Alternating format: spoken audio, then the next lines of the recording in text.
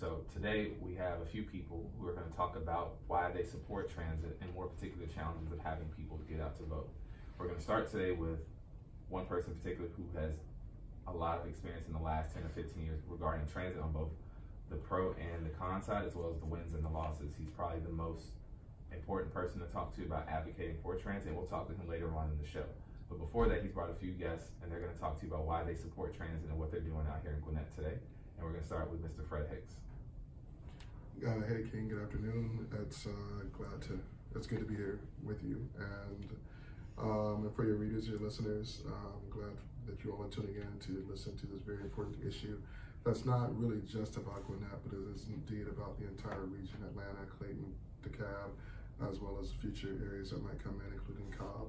So this is a fantastic topic and an opportune time to discuss transit, economic development, the environment, and all the issues that are associated and tied into this vote.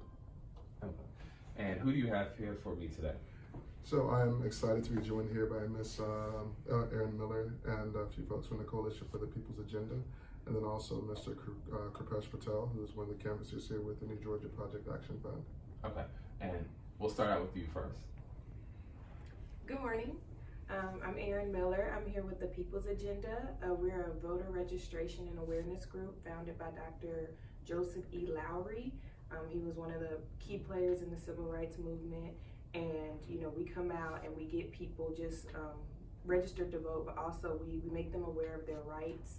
We show them how to make sure that their voter status is active. We know they like to play a lot of games with people's votes, so we want to make sure everyone has a voice. We're run by Ms. Helen Butler and also Mr. Lyndon Waller, and we just keep looking to make an impact. Okay, and so explain to me, why are you guys here today in Gwinnett, of all places?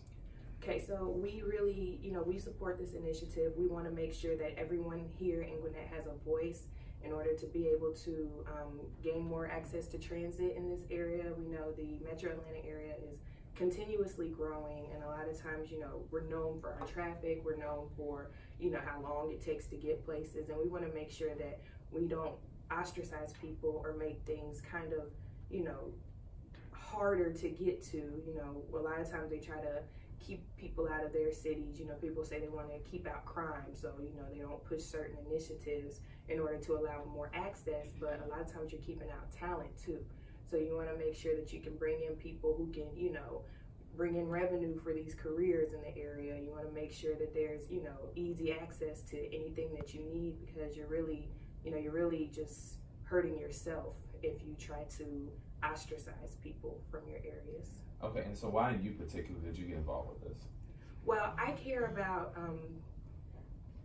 people who can't speak for themselves, and also I worked in the transportation industry here in Atlanta for a little while.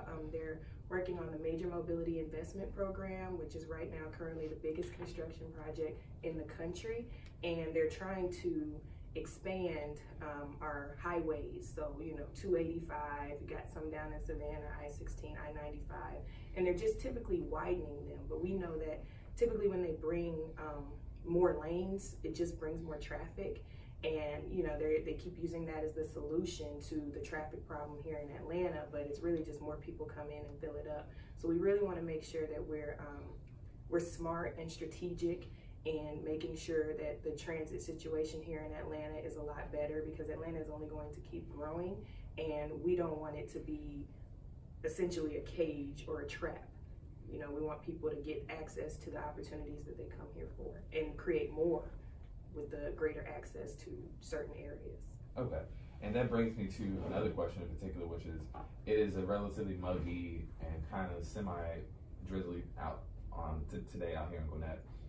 Have you guys had any issues right now in terms of canvassing, in terms of getting the vote out? Because it seems, especially a day like this with 10 days left to go, that most people kind of would be in a bad mood, or people wouldn't want to necessarily hear about transit and things like that in Gwinnett. How has that been so far? I wouldn't say it's particularly a problem. I mean, you're going to get your people who care, and you're going to get your people who don't care. If they care enough, they'll show up, they'll push this, because this affects their livelihoods. And, even if you see, okay, well, we're not getting a lot of people, you know, you appreciate those who do come, and you get those people to spread the word and talk about how serious these issues are, because a lot of times, you know, they don't want the people to know how serious the issue are. People have their own agendas that they want to push, and we want to make sure that, you know, the people are spoken for. So the few people will make an impact, you know, the ones who do show up, and they can spread the words too. So no, it hasn't been much of a problem. Okay. And now I want to pass Mike over. We have another guest here today. And if you could just introduce yourself to the people and let them know who you are. Yes, my name is Krupesh Patel. I am a canvasser here with the New Georgia Project, and I'm also a local organizer with Our Revolution Georgia. Okay. And in particular, why are you here today, and what is bringing your involvement?